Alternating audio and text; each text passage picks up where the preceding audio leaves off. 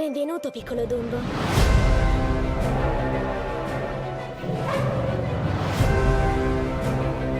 Possiedi una qualità molto rara.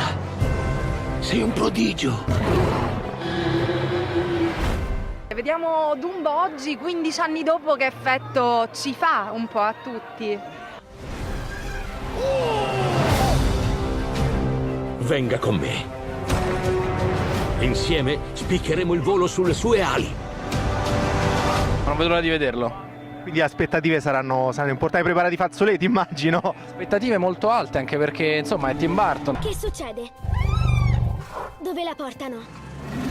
Rimettete dentro Dumbo. Ma è la sua mamma. Fa qualcosa. C'è sempre un lieto fine nella vita, ti aspetta sempre un momento felice. Chi non ha amato Dumbo? Io l'ho amato moltissimo. Guardami, riavrai la tua mamma.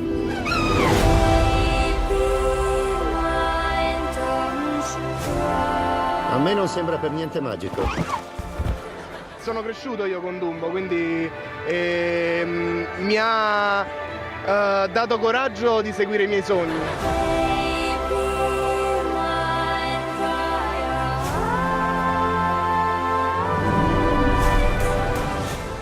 La forza di essere se stessi, di non rinunciare alle proprie particolarità anche quando sono scomode. Magari però servono a fare qualcosa che solo tu puoi fare. I tuoi figli hanno bisogno che tu creda in loro. Forza! Ce la puoi fare, Dumbo. Coraggio. Dumbo sì, io piangerò di sicuro, e al cinema quando si piange è sempre come quando guardi un film nero e piangi perché c'è l'open bar. E quindi sì, ti cerchi di non farti vedere, ma con Dumbo è impossibile.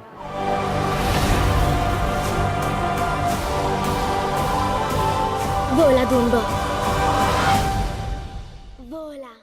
Ho visto il film originale, ero molto piccola, quindi me lo ricordo come una cosa dove ho pianto tutto il tempo, sia perché era un po' triste che mi faceva un sacco ridere. Io sono una che piango in generale, quindi non vedo l'ora di vederlo.